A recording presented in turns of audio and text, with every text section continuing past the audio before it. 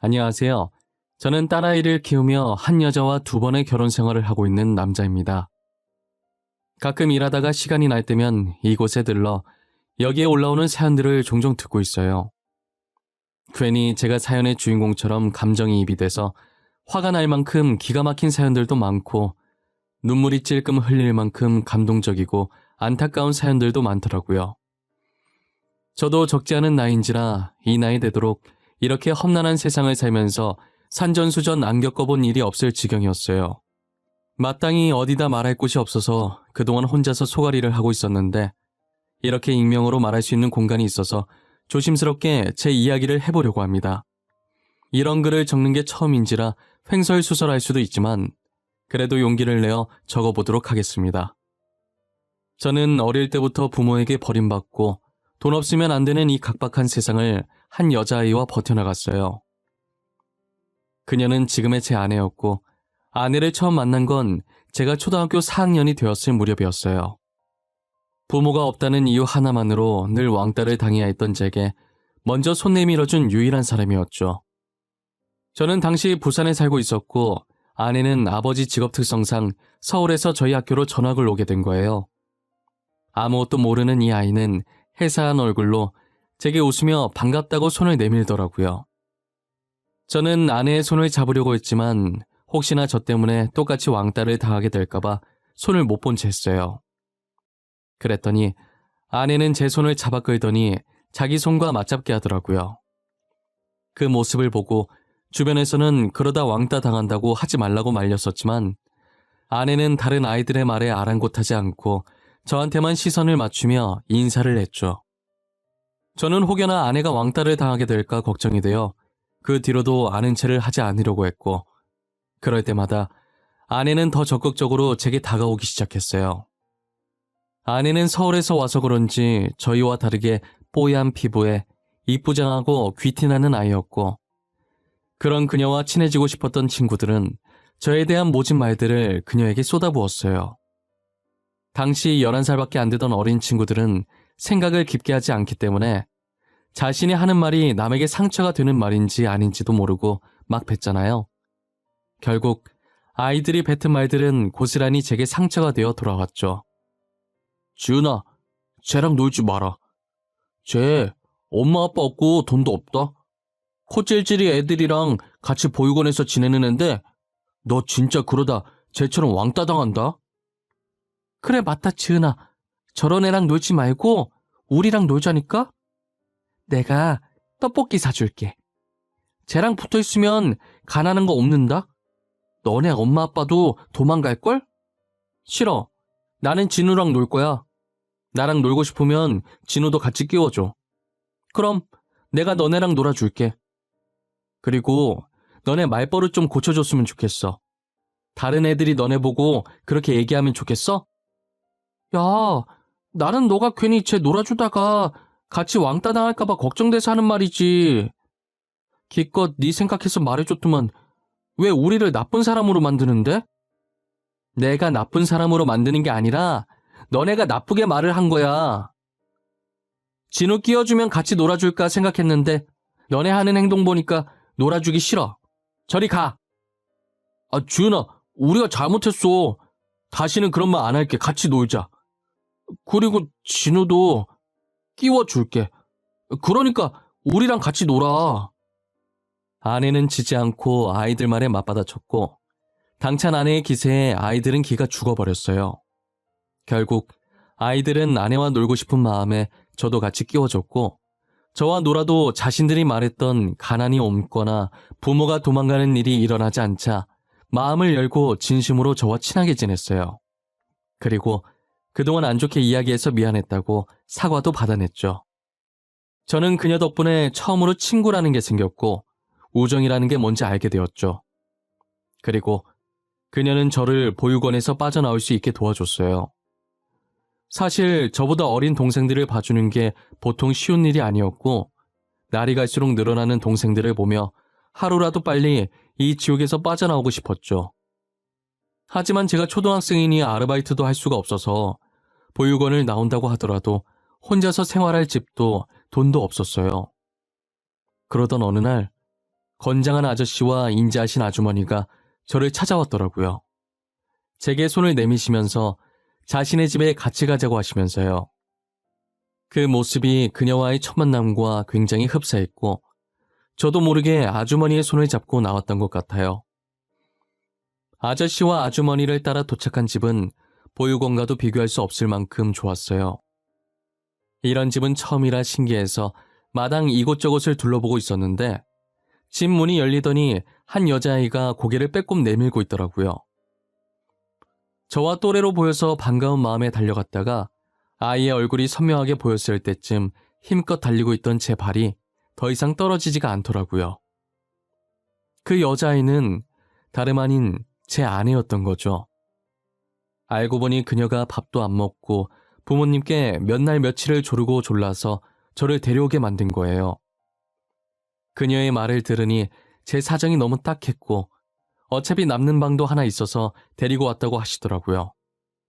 그렇게 저는 아내의 도움으로 지옥 같았던 보육원 생활을 끝마칠 수 있었어요. 아저씨와 아주머니는 정말 친부모님처럼 저를 잘 챙겨주셨어요. 아내와 저를 차별하지 않고 뭐든 동등하게 사랑을 베풀어 주셨죠. 저는 나름 친근하게 대해드리고 싶어서 장난으로 엄마 아빠라고 했었는데 듣기 좋다고 하셔서 계속 그렇게 부르게 되었죠. 처음엔 그녀를 향한 제 마음이 저를 구해준 고마운 존재, 그 이상도 그 이하도 아니었어요. 하지만 한 집에서 같이 생활하면서 평소 아내에게 안 보였던 면도 많이 발견하게 되고 변함없이 저를 챙겨주는 아내의 모습에 어느샌가 저도 모르는 사이 사랑으로 바뀌어 있더라고요. 혼자서만 짝사랑하는 건 줄 알았는데 아내도 저를 짝사랑하고 있었고 저희는 그렇게 서로가 서로에게 첫사랑이었어요. 서로의 마음을 확인한 건 고등학생 때였어요.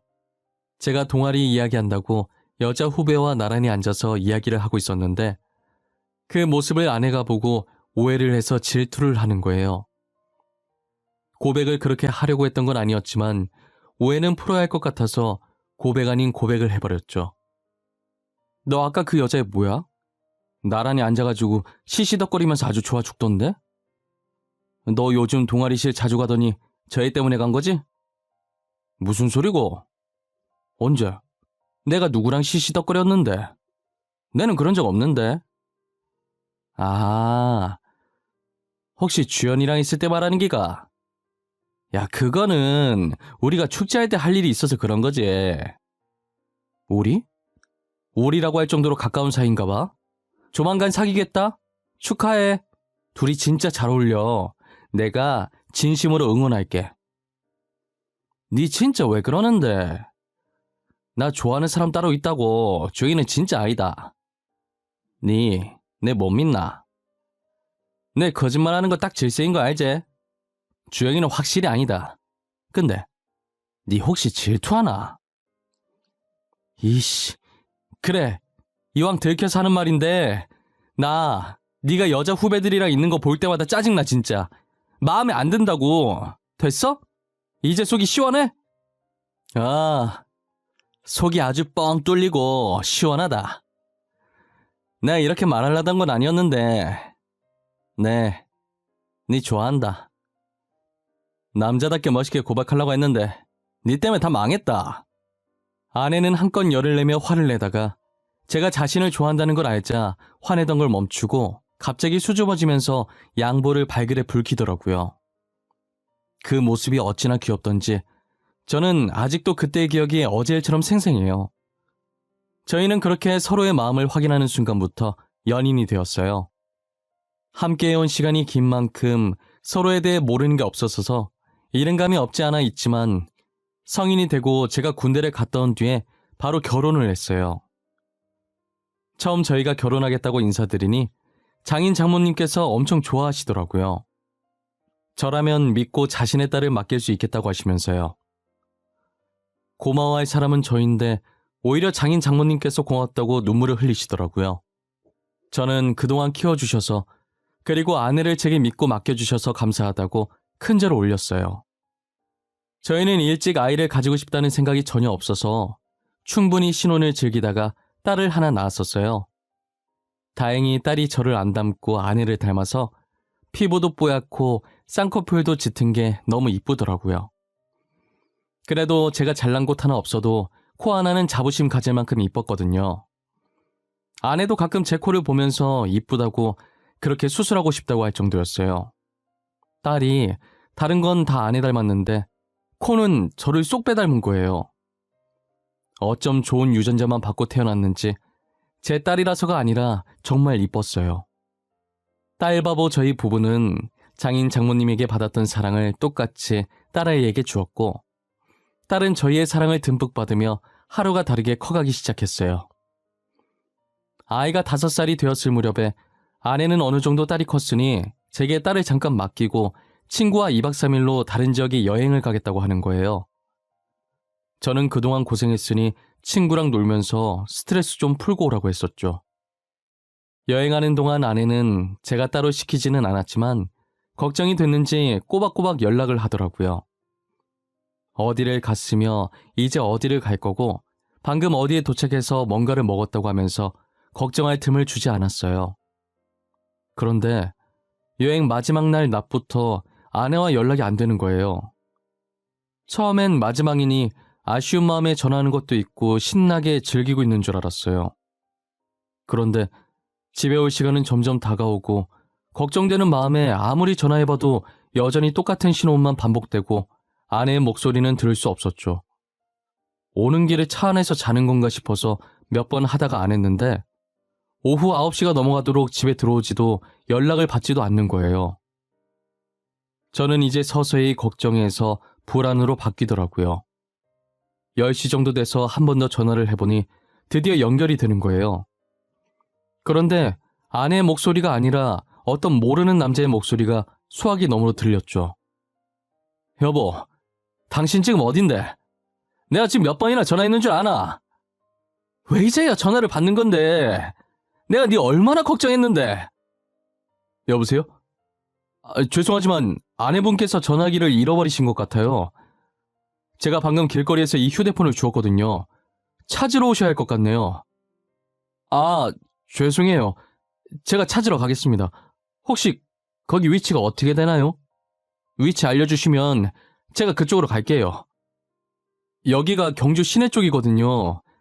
근데 시간이 너무 늦어서 어두우니까 내일 해 뜨면 찾으러 와주세요. 일단은 제가 핸드폰을 들고 있을 테니까 자세한 주소 문자로 보내드릴게요. 알겠어요. 정말 감사해요. 제가 내일 꼭 찾으러 가겠습니다. 죄송합니다.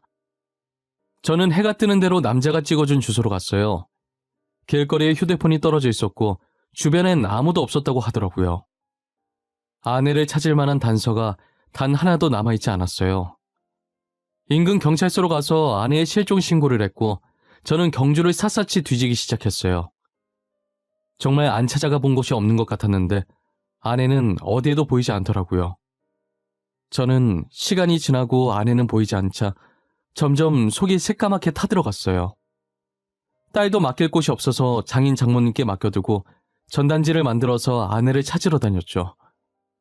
잠자는 시간도 아깝고 한 사람이라도 놓치고 싶지 않아서 사람은 많이 다니지 않는 새벽에도 미친 사람처럼 지나가는 사람들을 붙잡고 전단지를 나눠줬어요. 하지만 사람들은 제 전단지를 받고 보지도 않은 채 바닥으로 떨어뜨렸죠. 저는 떨어지는 전단지처럼 제 마음도 한없이 밑으로 가라앉아 버렸어요. 결국 자지도 먹지도 못한 저는 몸에 탈이 났고 길거리에서 쓰러지고 말았죠. 눈을 뜨니 흰 천장이 보이는 게 병원인 것 같더라고요. 조금만 늦었으면 위험할 뻔했다면서 지나가던 행인이 저를 발견하고 구급차를 불러줬다고 하더라고요. 아내가 죽었는지 살았는지 모를 이 시점에서 제가 살아서 눈을 뜬 게 너무 괴로웠어요. 저는 여러 가지 복잡한 심정에 괴로워서 침대 옆에 있던 화분을 던져버렸어요. 깨진 화분 조각을 들고 안 좋은 선택을 할까도 생각했지만 딸 얼굴이 아른거리더라고요. 아내도 사라졌는데 저까지 잘못되면 딸은 어쩌나 싶은 마음에 이도 저도 못한 채 화분 조각을 떨어뜨리고 그 자리에 그대로 주저앉아서 엉엉 울었어요. 한참을 울다가 팔에 꽂힌 링거를 뽑고 다시 아내를 찾으러 미친 듯이 뛰었어요. 그렇게 2달이 지났을 때 장인 장모님께서는 이쯤 했으면 됐다고 그만 돌아오라고 하셨죠. 결국 저는 집으로 돌아갔고 제 몰골을 보신 장모님은 울면서 저를 꽉 끌어안아 주셨어요. 우리 아들, 진우야, 꼴이 이게 뭐야, 엄마 속상하게. 밥은 먹은 거야? 우리는 괜찮아. 우리 딸 강하는 거 너도 알잖니. 꼭 무탈하게 다시 돌아올 거야. 그냥 기다려보자, 응? 어떻게 그래요? 살았는지 죽었는지 그거라도 알아야 제 마음이 놓이죠.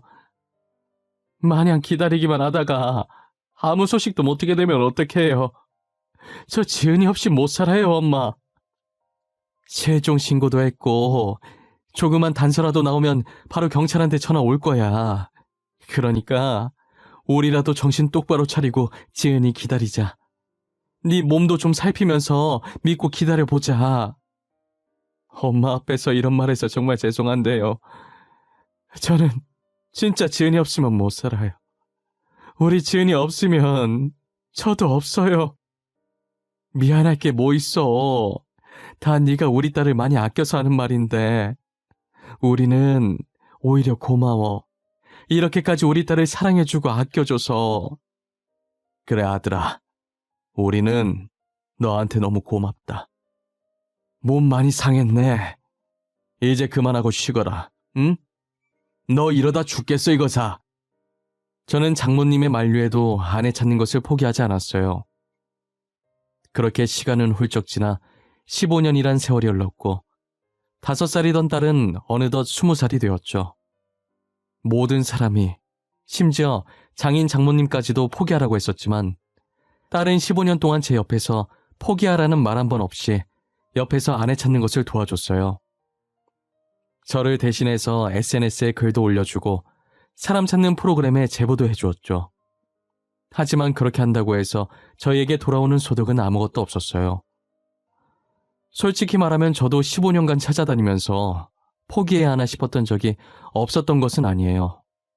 하지만 살아있을 거라는 일말의 희망이 제 마음속에서 떠나지 않았고 저는 끝까지 찾아보려고 가진 노력을 다했었죠. 그리고 이제 장인 장모님도 많이 늙으셔서 더 늦기 전에 찾아야겠다는 생각이 들었어요.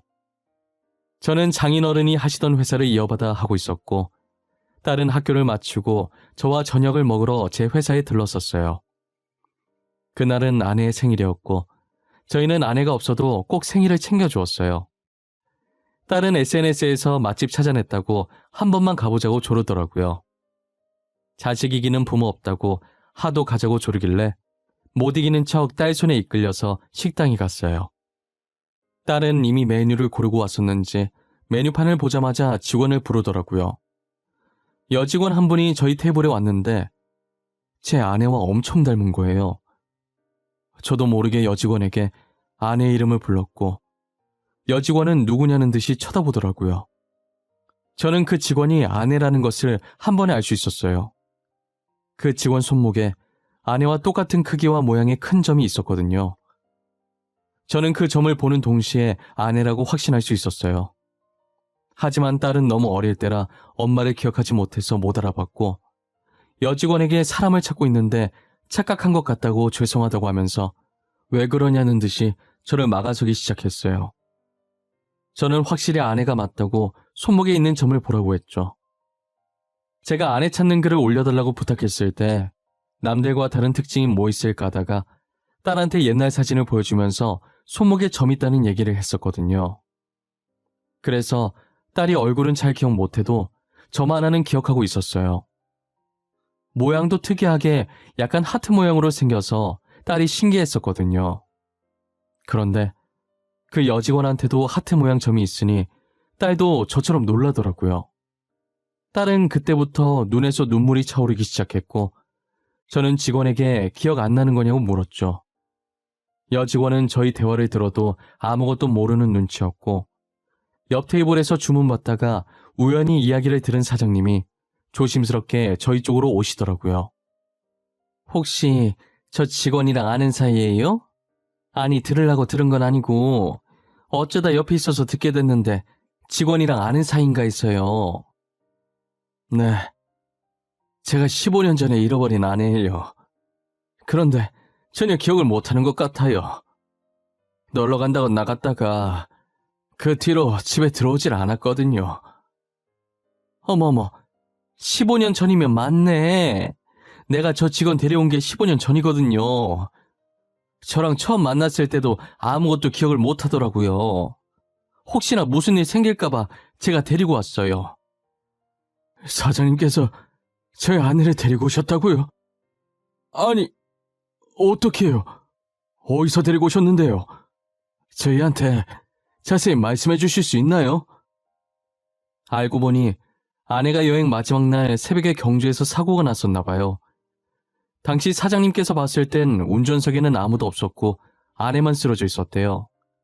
사장님께서도 경주로 여행 갔다가 속이 답답해서 산책 나오신 건데 우연히 사고 현장을 지나가게 돼서 아내를 발견하게 됐다고 하더라고요. 일단 먼저 119에 전화를 했고 가족한테 알리려고 아내 주머니를 뒤졌는데 휴대폰이 없었다는 거예요. 그냥 병원에 두고 가자니 신경 쓰여서 옆에 있었는데 아내가 일어나서 아무것도 기억을 못 하더랍니다. 사장님께서는 어떻게 하나 고민하다가 가뜩이나 기억도 없는 사람인데 두고 가면 무슨 일 생길까 걱정돼서 자신이 데리고 오는 게 나을 것 같다는 생각에 여기로 데리고 오게 되었다고 하시더라고요. 식당 사장님이 여자분이셨는데 오래전에 죽은 자기 동생 같아서 동생처럼 돌봐주고 계셨다는 거예요. 저는 아내를 데리고 가는 날 정말 고맙다고 조금이나마 보답해드리고 싶다고 하면서 소정의 금액이 든 봉투를 사장님께 내밀었어요. 사장님은 소스라치게 놀라면서 이런 거 받으려고 한 거 아니라고 괜찮다고 하시더라고요. 그래도 남을 이렇게 보살피기 쉽지 않은데 너무 감사하다고 제 마음이니 받아달라고 했죠. 그렇게 받니 안 받니 실랑이를 벌이다가 딸이 봉투를 사장님 앞치마 주머니에 넣고 나와버렸어요. 아내는 처음에 저희와 같이 안 가려고 했으나 사장님이 며칠 설득을 해서 겨우 저희 집으로 오게 되었어요. 그리고 딸과 저는 아내의 기억을 되찾을 수 있게 옛날 사진과 영상도 보여주고 연애 시절 재밌었던 일들도 이야기해주고 많은 노력을 했죠. 15년간 기억을 잃고 지냈던 아내라 금방 기억을 찾을 거라는 기대는 하지도 않았어요. 오히려 아내가 이전 기억들을 안 찾으려고 하면 어쩌나 했는데 그래도 아내는 저희 노력에 같이 힘을 내서 기억을 찾으려고 애써주더라고요. 그렇게 3년이라는 시간이 흘렀던 것 같아요. 저는 간만에 짐 정리를 하다가 초등학생 때 찍었던 아내와 제 사진을 발견하게 된 거예요. 다시 보니 신기하고 반가운 마음에 웃으면서 아내 눈앞에 사진을 들이밀었어요. 이 사진이 뭔지 아나? 당신은 기억 못하겠지만 나에겐 참 뜻깊은 사진이거든. 우리가 처음 만나서 친구 된 날 찍은 사진이잖아. 맞아. 내가 손 내밀었는데 당신이 안 잡아줬잖아. 그때 애들 참 못됐었다. 그치? 나도 그 얘기 들으면서 얼마나 상처받았는지 알아? 여보, 지금 당신 기억 돌아온 거가? 이때 기억하는 거가? 나 그날 일 말하면서 애들이 나쁜 말 했다는 건 말한 적 없는 것 같은데. 기억나. 어제 일처럼 또렷하게. 다 기억나는 건 아니지만 저 때는 기억이 나네. 이제 조금씩 기억이 돌아오려나 봐. 저 사진이 도대체 몇 년 전이야? 당신 사진 안 찍겠다고 난리쳤었는데. 당신 진짜 기억해냈구나. 잘했다. 진짜 너무 잘했다. 다른 건 또 기억나는 거 없고 지금 그것만 기억나는 거가? 내가 너한테 질투했던 것도 기억나네. 주연인지 주영인지 걔 얼굴도 기억나. 다시 생각해도 짜증나네. 너 이리 와 한 대만 맞자. 아내는 저희 노력에 헛되지 않게 점차 기억을 해내기 시작했어요. 아직은 흐릿하지만 최근 기억보다는 저희의 학창 시절을 조금씩 기억해내는 것 같았어요. 아무래도 사고 난 기억은 안 좋은 기억이기 때문에 재미있었던 기억만 나는 모양이었어요. 그래도 그게 어디냐며 다행이라고 아내를 안아주었죠. 그리고 몇 달 후 모든 기억이 돌아왔고 사고 날까지도 기억을 해냈어요. 사고가 났을 당시 아내가 친구랑 돈 문제로 조금 다툼이 있었나 봐요. 친구가 돈을 빌려달라고 했는데 아내는 돈 거래 안 한다고 못 빌려준다고 했었던 거죠. 그러다가 아내의 친구가 화가 나서 아내가 잠시 나간 틈을 타 우발적으로 그런 일을 낸 것이었어요. 아내의 친구는 그 자리에서 도망을 갔고 아내는 다쳐서 도망가는 걸 잡지 못하고 쓰러져 있었던 거예요. 그 뒤로는 이제 모두가 알다시피 산책 나온 식당 사장님께서 아내를 발견하게 된 것이고요. 아내는 그 사고로 머리를 다쳐서 기억을 모조리 잊게 된 것이에요. 그럼 휴대폰은 어쩌다가 잃어버렸냐고 하니까 시내에서 놀다 보니 그렇게 됐다고, 그때도 뒤늦게 휴대폰 찾으러 나간 거라고 했어요. 지금이라도 아내의 친구를 신고하려고 했지만 이미 공소시효는 지난 상태였고 신고해봤자 처벌이 어려운 상태여서 포기했어요. 그래도 이렇게 아내를 다시 찾고 잊었던 기억들도 다 되찾을 수 있어서 저는 그것만으로도 다행이라는 생각이 들었어요. 아내는 처벌도 어려우니 이제 그 사건을 그냥 잊고 싶다고 하더라고요. 저도 아내의 뜻을 따라 더 이상 그 사건에 대해 언급을 하지 않기로 했어요. 지금 아내와 저는 서로를 챙겨주며 예전처럼 잘 살고 있어요. 딸도 작년에 듬직한 사위와 결혼해서 지금은 귀여운 외손자까지 낳고 잘 지내고 있어요. 참 딸은 엄마 팔자 닮는다고 사위도 저처럼 보육원 출신이더라고요. 그래서 그런지 뭐라도 있으면 더 챙겨주고 싶고 사위의 든든한 보호자가 되어주고 싶었어요. 사위도 저희를 친부모라고 생각하며 잘 모시고 있고요. 요즘은 아내와 둘이서 손자 보는 재미에 빠져 있습니다. 저희가 딸 하나밖에 없어서 아들 키우는 재미를 못 봤었는데 지금 손자로 대신하고 있어요. 둘 다 맞벌이라서 그런지 아이 맡길 곳이 없다고 저희한테 맡기더라고요. 저도 한때 딸을 장인 장모님께 맡겼던지라 군말 없이 손자를 받아들였어요. 장인 장모님 하니까 생각났는데 아내를 다시 저희 집에 데리고 왔을 때 처가댁은 눈물바다였어요. 죽었을 거라고 생각했던 딸이 이렇게 살아 돌아왔는데 오죽하시겠어요? 저라도 온 집안이 수영장이 되도록 울었을 것 같아요. 기억 잃은 걸 알면 속상해 하실까봐 기억을 되찾은 뒤에 처가댁으로 데리고 갔었어요. 아내도 장인 장모님을 보자마자 많이 울었죠. 그런데 하늘도 무심하시지. 아내와 다시 만난 지 1년도 채 되지 않아 장인 장모님께서 한 달 차이로 세상을 떠나셨어요.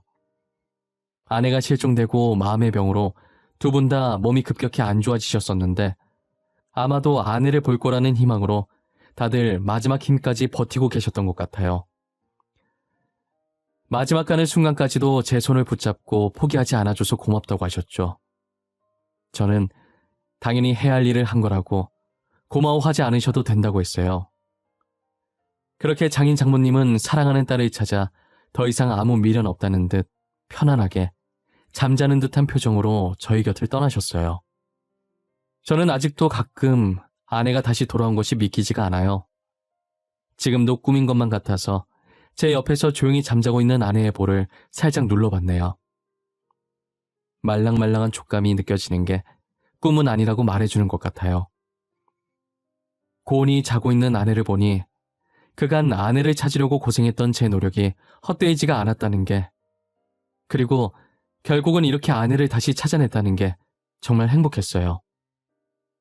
앞으로 안 좋았던 기억들은 다 잊고 행복했던 기억들만 안고 가려고 합니다. 아내는 예기치 못한 사고로 딸이 커가는 모습을 못 본 걸 많이 아쉬워하지만 그럴 줄 알고 남겨놓은 사진들과 영상들을 보여주면서 하루하루를 보내고 있어요. 어렵게 만난 아내인 만큼 두 번 다시는 아내를 놓치지 않으려고 합니다. 제 이야기는 이쯤에서 마무리해볼까 합니다. 저와 아내의 이야기를 들으신 여러분들은 지금 어떤 생각을 하시나요? 만약 저희 같은 상황에 처했다면 어땠을까요? 쉽게 포기하셨을 것 같나요? 아니면 저처럼 끝까지 찾으러 다니셨을 것 같나요? 뭐든 포기하지 않고 끝까지 하면 된다고 하잖아요. 저 말처럼 여러분들께 무슨 일이 생기든 절대 포기하지 않고 끝까지 해내셨으면 좋겠습니다. 그러다 보면 저희의 간절한 소원을 누군가가 듣고 이루어지게 해주지 않을까요? 어떤 일에도 늘 희망을 버리지 않으셨으면 좋겠어요.